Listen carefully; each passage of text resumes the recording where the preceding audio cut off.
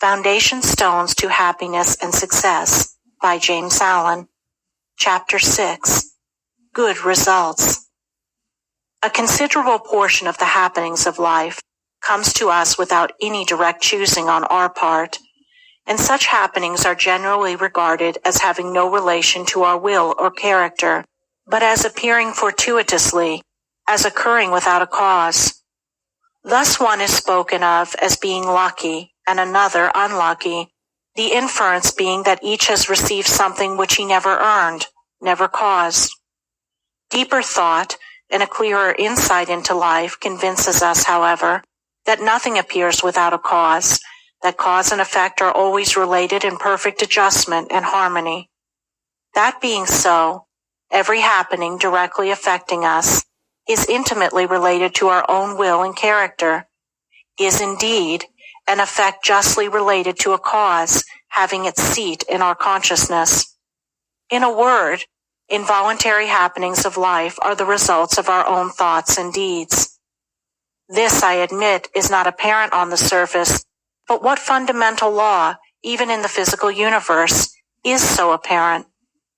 If thought, investigation, and experiment are necessary to the discovery of the principles which relate one material atom to another, even so are they imperative to the perception and understanding of the mode of action which relate one mental condition to another.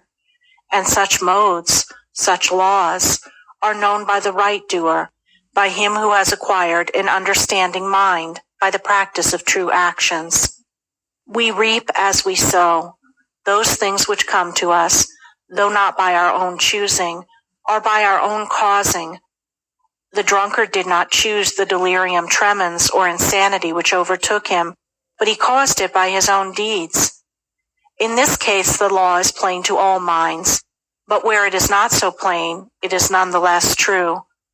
Within ourselves is the deep-seated cause of all our sufferings, the spring of all our joys.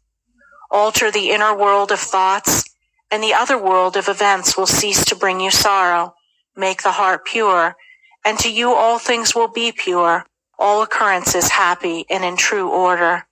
Within yourselves deliverance must be sought. Each man his prison makes. Each hath such lordship as the loftiest ones.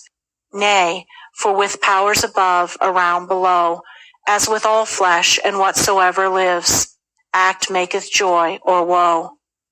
Our life is good or bad, enslaved or free, according to its causation in our thoughts. For out of these thoughts spring all our deeds, and from these deeds come equitable results. We cannot seize good results violently, like a thief, and claim and enjoy them, but we can bring them to pass by setting in motion the cause within ourselves. Men strive for money, sigh for happiness, and would gladly possess wisdom, yet fail to secure these things, while they see others to whom these blessings appear to come unbidden. The reason is that they have generated causes which prevent the fulfillment of their wishes and efforts. Each life is a perfectly woven network of causes and effects, of efforts or lack of efforts, and results. And good results can only be reached by initiating good efforts, good causes. The doer of true actions, who pursues sound methods, grounded on right principles, will not need to strive and struggle for good results. They will be there as the effects of his righteous rule of life. He will reap the fruit of his own actions, and the reaping will be in gladness and peace. This truth of sowing and reaping in the moral sphere is a simple one, yet men are slow to understand and accept it. We have been told by a wise one that the children of darkness are wiser in their day than the children of light. And who would expect, in the material world, to reap and eat where he had not sown and planted? Or who would expect to reap wheat in the field where he had sown tares, and would fall to weeping and complaining if he did not? Yet this is just what men do in the spiritual field of mind and deed.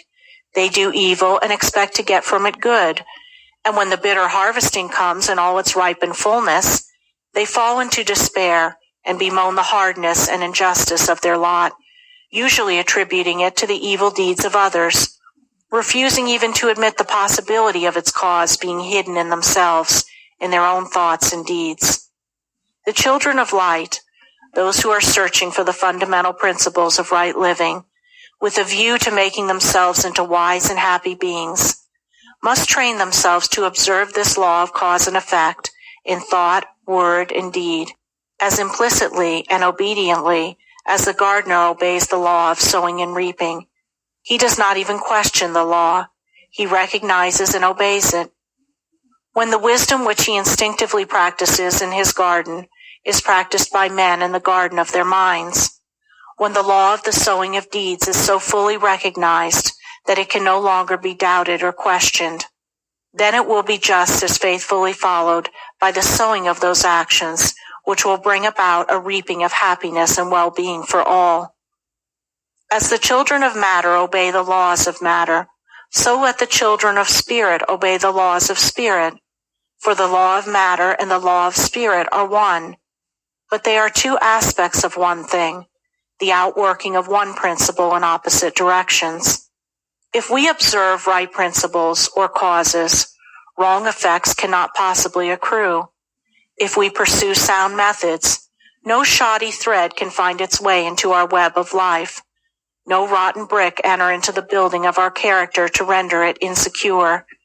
And if we do true actions, what but good results can come to pass? For to say that good causes can produce bad effects is to say that nettles can be reaped from a sowing of corn.